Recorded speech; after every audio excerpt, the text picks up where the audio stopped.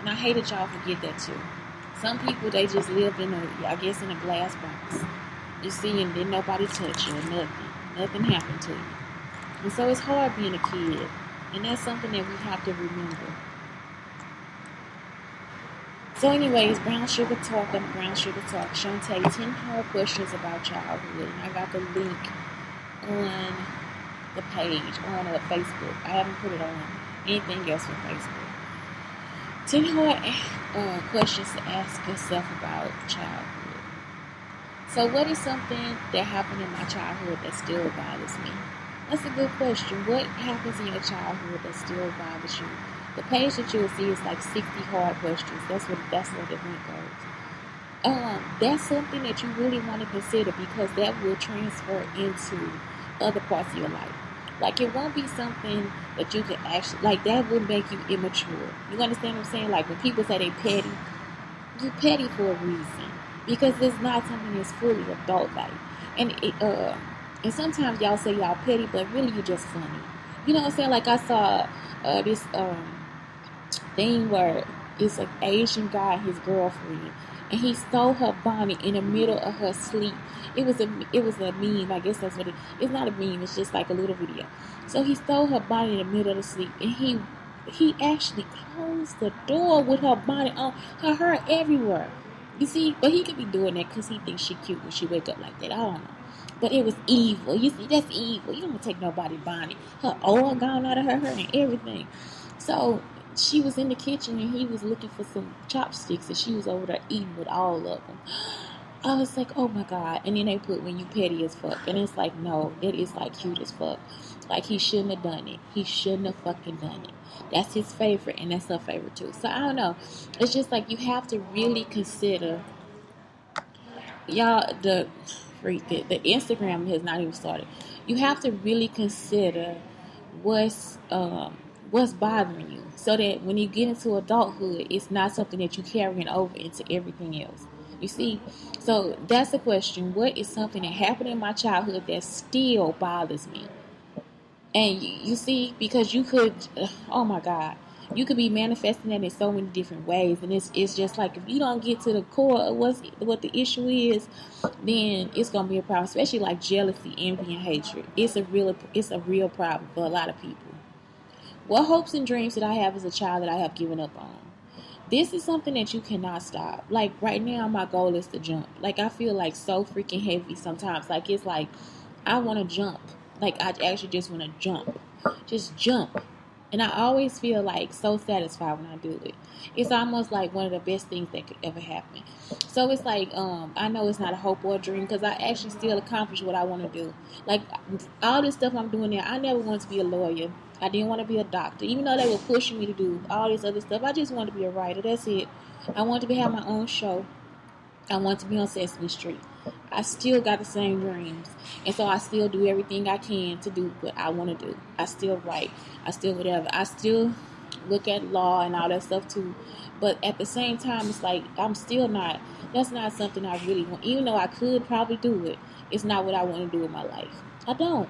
I have no desire to. Until I get this money, though, I'm going to have to be whatever the fuck I need to be, though. You see? What primary coping strategy did I develop as a child that I still use today? It's the singing and the dancing. That's what I have been doing my entire life. I get on their nerves, y'all. I'm talking about for real. Don't give me no porch. Don't give me no porch, honey. I'm about to sing and dance on the whole porch. It's not a joke. Like, I have been modern dancing since I was like little. Like, I've been doing yoga since, like, I don't care. And I don't think I got no better. I think I don't have no recollection of getting any better than I am right now. Like, I'm not the best singer. I'm not the best dancer. But I will forever do it, especially on days that I'm pissed off.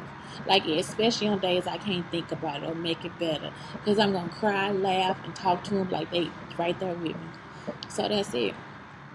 What messages did I receive about what I needed to do to receive love? Nobody gave me love. Like, whether y'all know it or not, I grew up with a loveless life. Y'all all thought I had love because y'all thought, man, they got the best house, they got this, that, and the other. And I had actually a loveless life. The most love I ever received was from my son. Um, I actually have had a loveless life. Like, I don't think my family ever loved me. They haven't been around me long enough to love me or to actually store something for me like that. And you can tell, like, now with the treatment of everything and how they don't want to talk to me and stuff like that. I have no type of feelings towards that, though. You see what I'm saying? Like, I think they can pretend to love, but they don't know how to love. And that's the difference. How my upbringing shaped my view of what I wanted for a healthy family and relationship. So that's something that I wanted. I wanted a house that we could live in, and I wanted a person that I could love. You see what I'm saying? Because I give love. I had good friends that did that for me. And so that's what shaped my relationships better with people was it said a relationship. So that's what shaped my relationships better was like outside of what I had at home. Um, that's it. Because the people outside were not cold to me. It's like instantly we get along and we start playing and we get to sharing and we get to talking and we get to being with each other, and it's like we create a relationship or a bond, and it actually you can actually feel the love. And then when I get back home, I feel the hatred. So it's just like a lot of I feel the jealousy, I feel the envy. So it's just like they help shape how I see people too, how I find people, how I see talent, how I see who the people are when I first meet them and different things like that. All they did. The most studying I did was of my family because the dichotomy of every household that I went to was horrible. And I'm not going, I mean, not all of them, but I'm just saying when it was there, it was horrible. And if you weren't horrible to me, you were horrible to your children. That was my truth yesterday. I felt like when I saw Kalada's mama, that maybe she didn't love her either. You know, um, I don't know. I saw Kalada's mama the other day, like, I think it was Tuesday, y'all, and I just felt like that's my cousin and she didn't love her. For whatever reason, she didn't love her. She was telling me that she had an older daughter. Like, she was lying. She was like, this her oldest daughter. And I was like, I ain't never met this woman. And maybe it was her oldest daughter. Maybe Kalada was the middle, but I thought Kalada was the oldest. It didn't matter to me anyway. But still, it's just like, do they love Kalada? Did they love Kalada? I don't know. And she started showing me the butterflies, but I released the butterflies in my classroom. And so I'm like, y'all don't realize that stuff is just about me. It's just about me being a teacher. It's about me and Blake.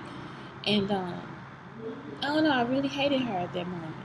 And I had to actually find my way back to her so I can love her again. Like, I really actually hated her at that moment.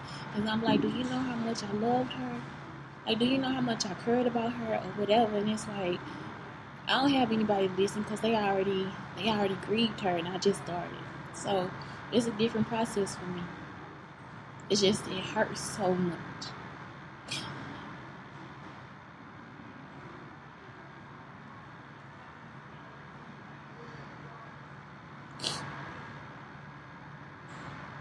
I just don't.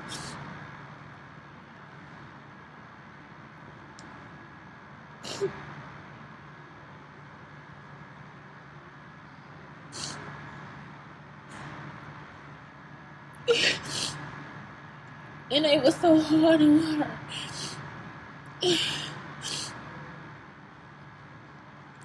One lesson from childhood stuck with me the most is to go out and do different things with my life. That's what stuck with me the most is when they told me that I need to look at different parts of business and religion and figure out the best plan to make something else happen. Who had the biggest influence on me as a child? Mr. Rogers. I'm gonna say Mr. Rogers did it. What communication patterns did I develop as a child? Are they effective or ineffective? I just spoke my mind.